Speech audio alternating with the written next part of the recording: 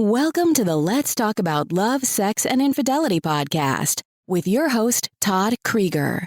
Todd has over 35 years of experience working with thousands of couples as a licensed therapist in his private practice. Todd shares his insights on this show. It's never too early to divorce-proof your marriage or too late to heal yourselves and have the relationship you truly want. Hi, everybody. This is Todd Krieger. And today I'm talking to you about why willpower fails in sex and intimacy. Why, like low desire or performance anxiety, we tend to try to, oftentimes it raises our anxiety and we try to make ourselves work and it doesn't work. And we cause ourselves so much distress. So I'm going to talk about that part of it. And then the other side of it is when people are doing things like porn, they're using sex as an addiction, even while willpower is trying to stop, why that fails. So I'm going to talk about both sides of it, both the performance anxiety part of it, but also the porn acting out side of it. Okay. And I'm going to use an approach I've been using along with my EMDR called IFS, which stands for Internal Family Systems. So I've been really doing a lot of combining both internal family systems, which I'll explain very briefly in a minute, as well as eye movement desensitization and processing to help people heal from all kinds of trauma, but also all kinds of issues like the one I'm talking about. And what I've learned with much certainty is that we're not just one, we're made up of different parts. And there's parts of us, let's talk about sex and intimacy. If we are not being able to maintain an erection, let's say if you're a man, or you're not having orgasm if you're a man or a woman, or you're having trouble with ejaculation either too late or too early, any of those kinds of things. Let's talk about that first. I would say, because you want to be intimate, but your body says no.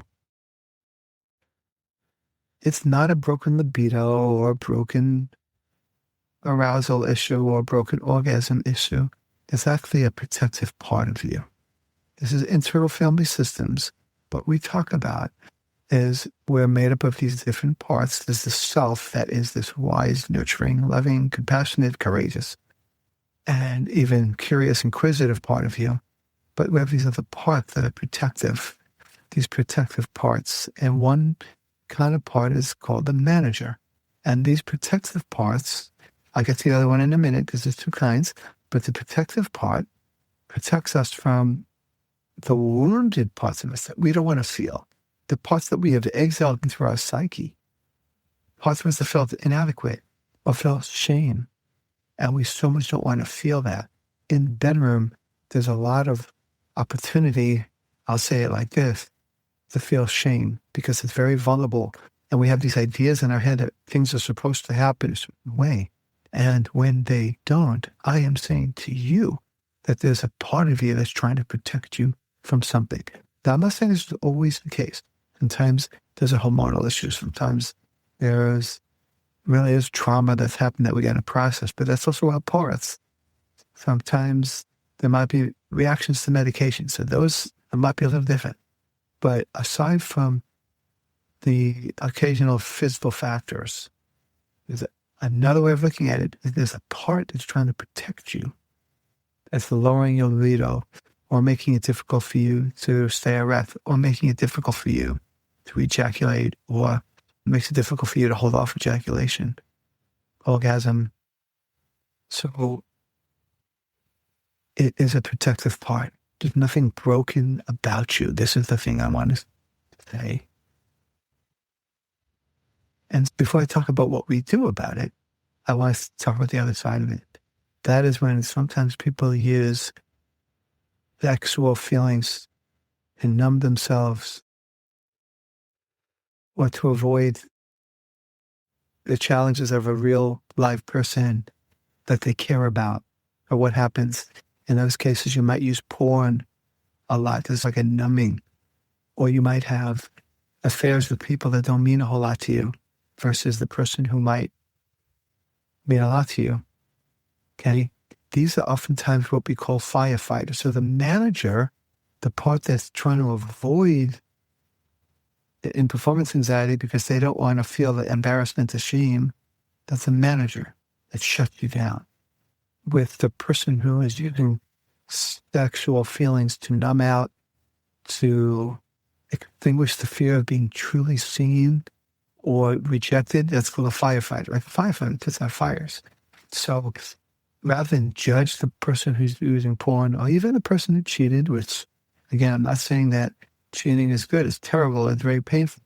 It's very hurtful to the person who's betrayed, as well as the person who committed it oftentimes. Definitely the person who's betrayed. All I'm saying, there's a part that's doing that, and that we need to tune into that part. Definitely tune into that part and try to understand what it's trying to do. It's also trying to protect us. The firefighter comes up when that wounded part is getting too close. We have to do something.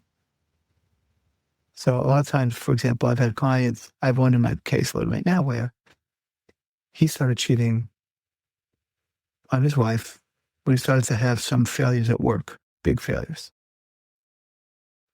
So it's a firefighter. Someone gave him attention. He was able to escape the feeling of feeling like a failure, which was the wounded part. Yeah, that's a firefighter. So these managers, they're trying to protect us so we shut down and become hyposexual, let's say, or hypo-aroused, hypo-orgasmic.